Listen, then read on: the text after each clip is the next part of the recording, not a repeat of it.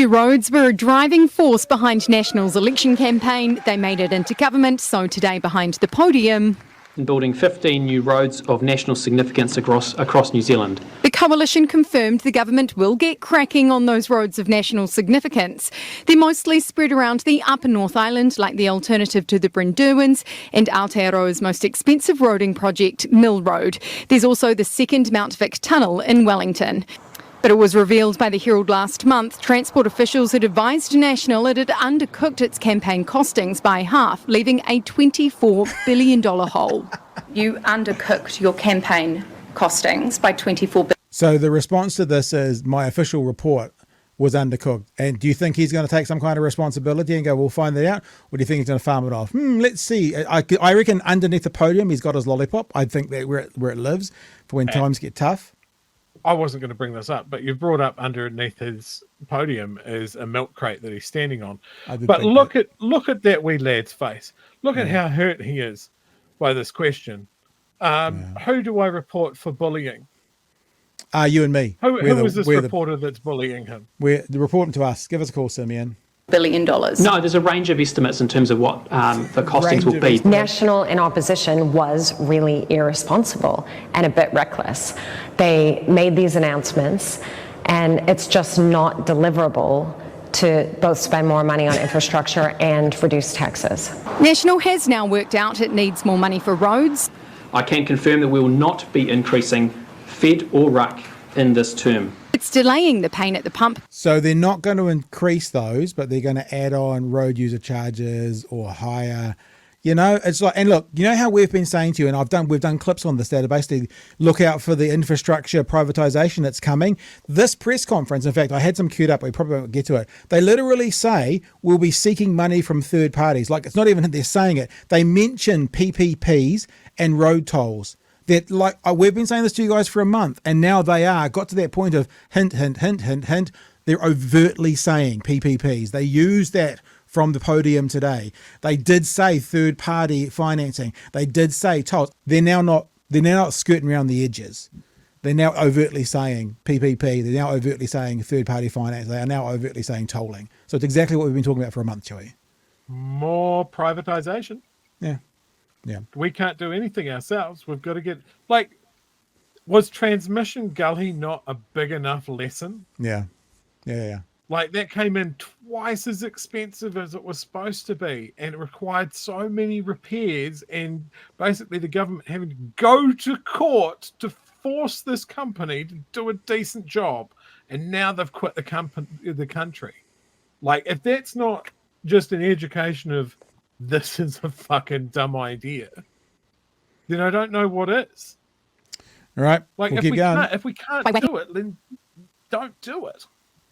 It up a massive 12 cents a litre at the start of 2027, then another 10 cents by 2029. But make no mistake, drivers will be paying more in the very near future too, because, surprise, rego fees are going up by a whopping $50 over 2 years. That'll rake in an extra $660 million for the government. Really?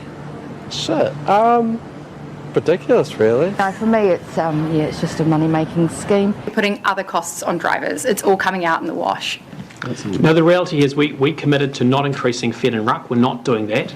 But the reality is we are raising some revenue through the motor vehicle registration fee. The government also wants 50,000 roadside drug tests a year and to increase how much people pay in fines. Oh. That's just a money-making scheme. Yeah, that's all that is. I think it's out the gate, if I'm being honest. These measures are not about revenue gathering. This is about sending a clear message to drivers that reckless behaviour and attitudes on our roads will not be tolerated. It's also looking at congestion charging, so drivers pay a premium to drive during rush hour. I've made my expectations clear that the New Zealand Transport Agency must consider different ways of funding and financing major transport investments, ensuring they make efficient use of every dollar spent. The government is also shifting the focus of the Land Transport Fund. It will no longer pay for walking and cycling projects. In fact, those projects are facing a funding slash and freeze. There has been an explicit directive given to the fund not to pay for traffic calming measures. That's things like bus stops and driving lanes and speed bumps. But it will be able to pay to remove speed bumps. The Transport Minister has also signalled today that public transport fares could be about to increase. It's going to be a massive blow to low-income households. Simeon Brown's also keeping his promise to pave over the potholes with a $500 million fund. We have chosen to prioritise new roading infrastructure, maintaining services and targeted investment in public transport, while also ensuring our roading network is maintained to a high and safe standard. Though it'll soon just cost drivers a lot more to drive over those fixed-up roads. There you go, Chewy. Now, you desperately wanted to get into this one, so have at it, sir, before we look at this government's... they're going to fix up the potholes, they're going to charge you more, they're going to make more people smoke, they're going to do a handshake to the petroleum, and next, the most evil of all, they're going to tear school lunches out of your kids' hands. You know, they talk about taking, what are they? Taking a lollipop, easy to take a lolly from a baby? What's that saying? Take a lollipop from a baby or something? It's like they're literally doing that. They're literally going to take food out of children's mouths. But we'll get to that in a second. I love the combination of, we're going to bring in congestion charges for rush hour. At the same time, they're going to increase public transport fares and decrease funding for alternative modes of transport like cycle lanes. So they're going to force more people into cars and do congestion charges. Like, fuck's sake, man. Like, what is going on? These guys are mental. Like, the land transport fund can't be used for cycling and walking, which is land transport. It's getting more cars off the road. Then there's less congestion. Then there's less that we need to fix on the roads. Like, they seem to have one coherent thought and then just don't consider anything else. And like, if we're talking about school lunches, what a perfect thing. Look at the money and then don't look at anything else. Don't look at the fact that kids that go hungry are 4 times worse in their results than kids that don't.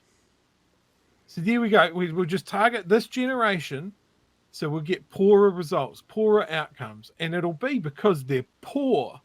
And that's their own fault, their parents' fault, because we've sanctioned the ass out of them so they can't... Oh, for fuck's sake, who did that?